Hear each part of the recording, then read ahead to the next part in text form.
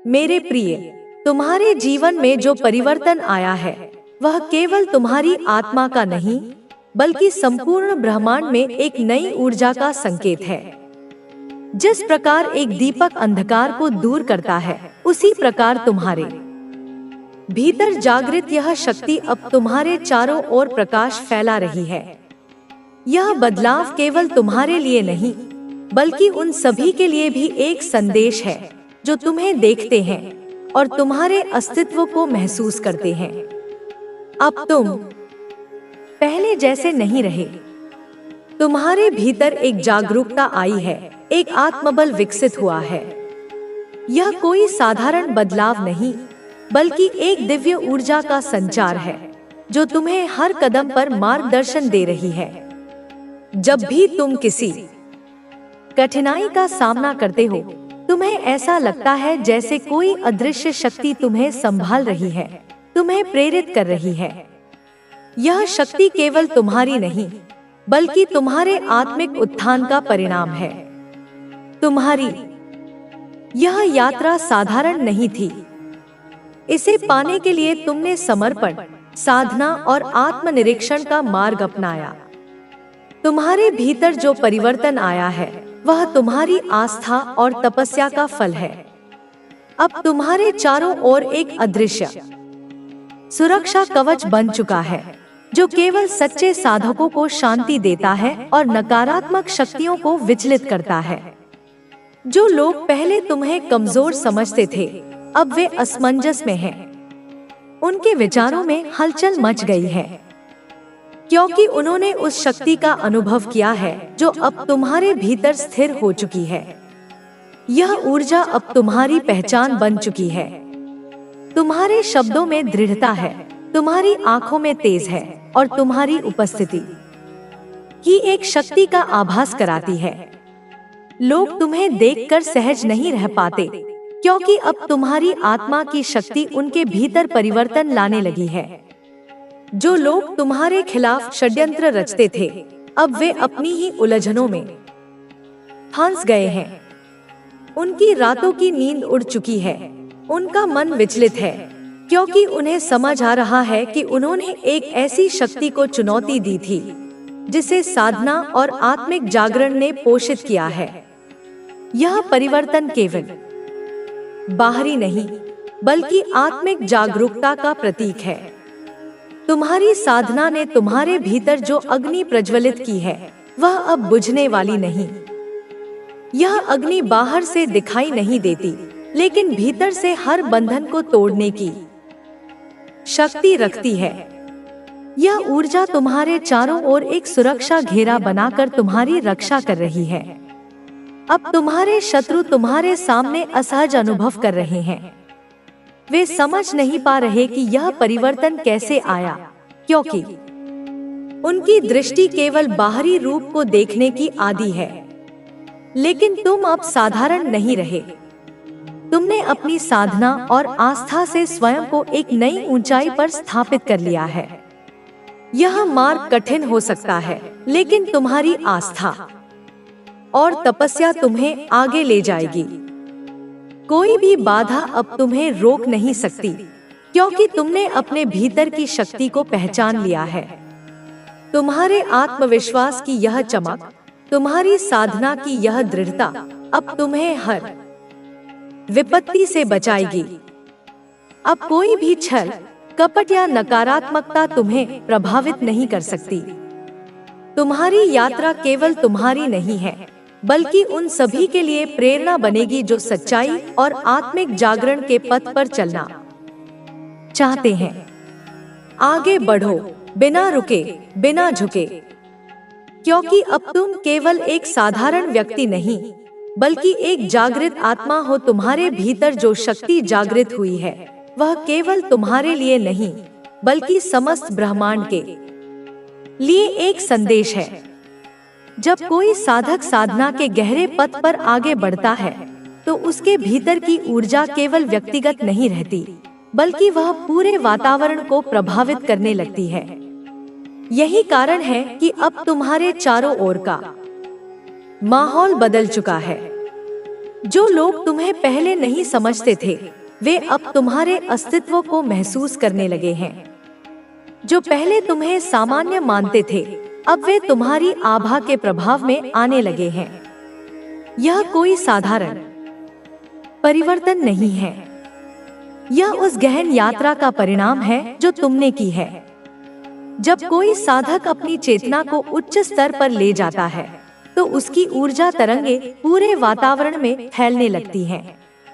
लोग इसे स्पष्ट रूप से न देख सकें, लेकिन वे इसे अनुभव जरूर करते हैं।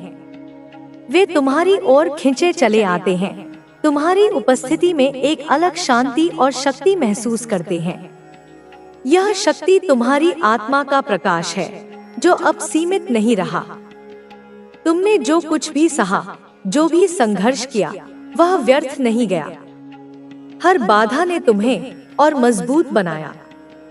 जब कोई साधक कठिनाइयों से गुजरता है, तो वह केवल कष्ट नहीं सहता, बल्कि वह अपनी आत्मा को एक नए स्तर पर ले जाता है। यही कारण है कि अब तुम पहले जैसे नहीं रहे। अब तुम्हारी सोच, तुम्हारा दृष्टिकोण, तुम्हारा व्यवहार सब कुछ बदल गया है। तुम्हारी आंखों में जो चमक है, वह केवल एक साधारण चमक नहीं, बल्कि एक दिव्य तेज है। यह वही तेज है जो वर्षों की साधना से प्राप्त होता है। अब तुम्हारे शत्रु भी इसे महसूस कर रहे हैं। वे पहले की तरह तुम्हें भी को खुला हुआ छोड़ रखा है। तुमने अपने इस अनमोल खजाने पर कोई ताला नहीं लगाया, कोई पहरेदार नहीं बिठाया।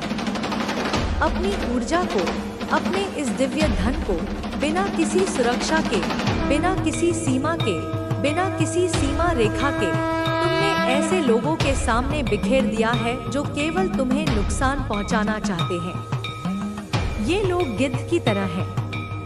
वे दूर से ही तुम्हारीता और तुम्हारी ऊर्जा की गंध पहचान लेते हैं। वे धैर्यपूर्वक इंतजार करते हैं कि तुम कब कमजोर पड़ो, कब तुम थक कर बैठो, और फिर वे झपट्टा मारकर तुम्हें नोचना शुरू कर देते हैं। वे तुम्हारी भावनाओं को, तुम्हारी उम्मीदों को, तुम्हारी सकारात्मकता को एक एक करके खाते हैं, जब तक कि तुम भीतर से खोखला महसूस न करने लगो। कुछ लोमड़ी की तरह चालाक हैं। वे तुम्हारे मित्र बनकर आते हैं, तुम्हारी कमजोरियों को बड़ी सूक्ष्मता से पकड़ते हैं, तुम्हारी इनसिक्योरिटीज को जानते हैं, और फिर उन्हीं का इस्तेमाल करके तुम्हें भावनात्मक रूप से ब्लैकमेल करते हैं, तुम्हें नियंत्रित करते हैं, तुम्हें कमजोर करते हैं। वे तुम्हारी निस्वार्थता की प्रशंसा करेंगे, लेकिन पीठ पीछे तुम्हारी इसी आदत का मजाक उड़ाएंगे। वे तुमसे सलाह लेंगे, तुम्हारी ऊर्जा लेंगे, और फिर तुम्हें ऐसे छोड़ देंगे जैसे किसी ने इस्तेमाल करके फेंक दिया हो। मेरे बच्चे, मैं तुम्हें स्पष्ट रूप से समझाना चाहती हूँ कि यह गिद्ध, यह लोमड़ी, यह सभी नकारात्मक ऊर्जा वाले लोग तुम्हारे जीवन के विष हैं। ये तुम्हारी आत्मा के अमृत को सोखने वाले दैत्य हैं।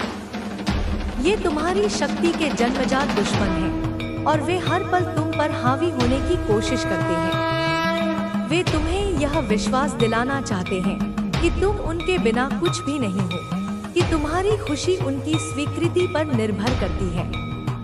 यह इस ब्रह्मांड का सबसे बड़ा झूठ है। परंतु अब मैं तुम्हें आदेश देती हूँ, अपनी बिखरी हुई ऊर्जा को समेटो, अपनी आत्मा की रक्षा करो जैसे एक माँ अपने नवजात शिशु की करती है।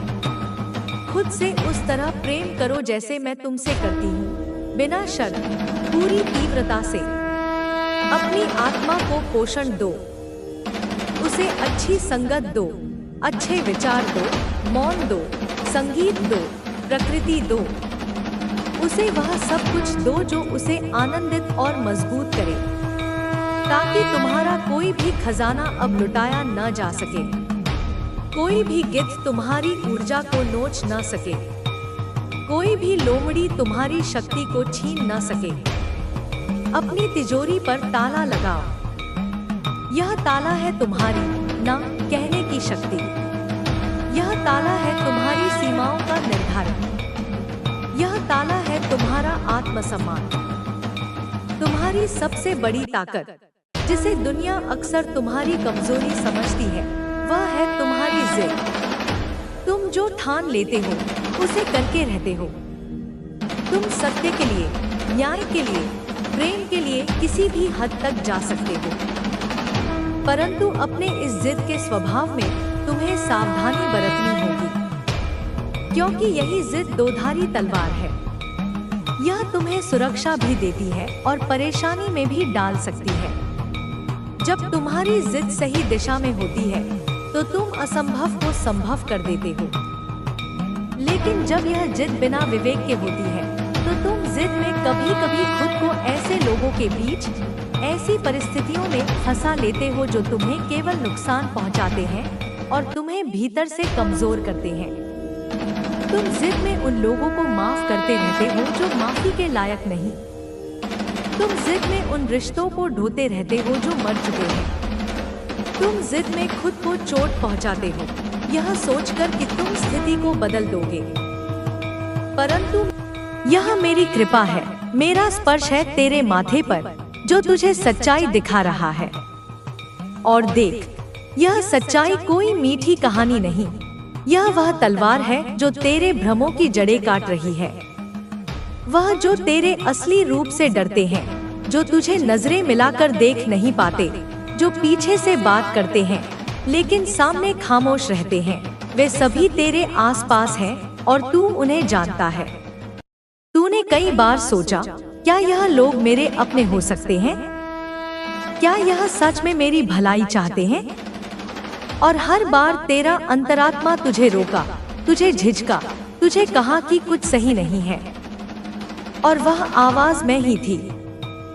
हाँ, मैं माँ काली जो तेरे भीतर से बोल रही थी, जो तुझे सच दिखा रही थी।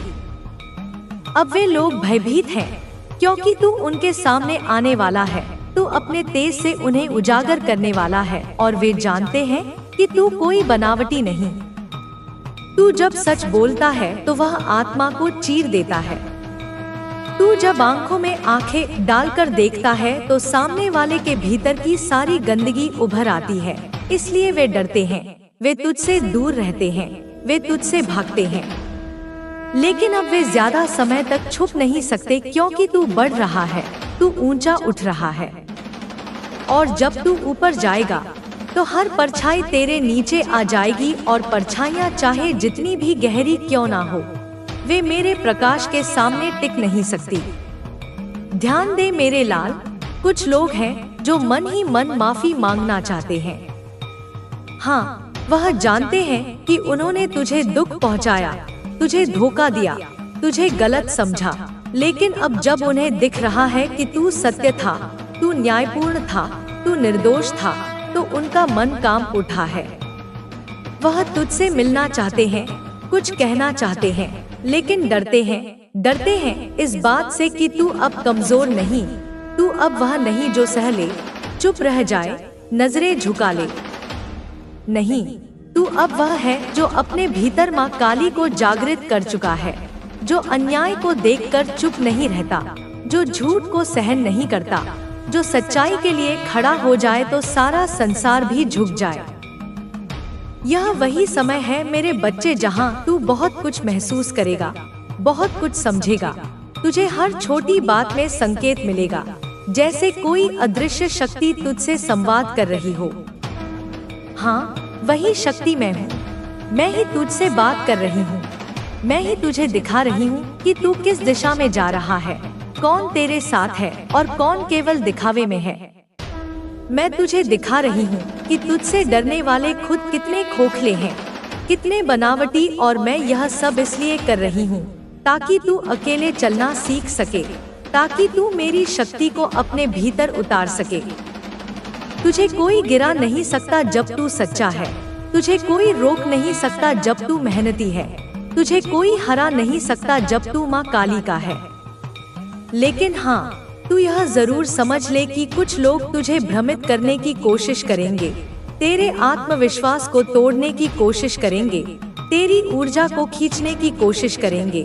इसलिए मैं तुझसे कहती हूँ, सजग हो जा, सतर्क हो जा, और जब तू किसी से भी मिले तो केवल मुख पर नहीं, उसके कंपन को देख, उसकी ऊर्जा को पढ़, कि उसका कंपन ही बता देगा कि वह तेरा है या तेरा विरोधी।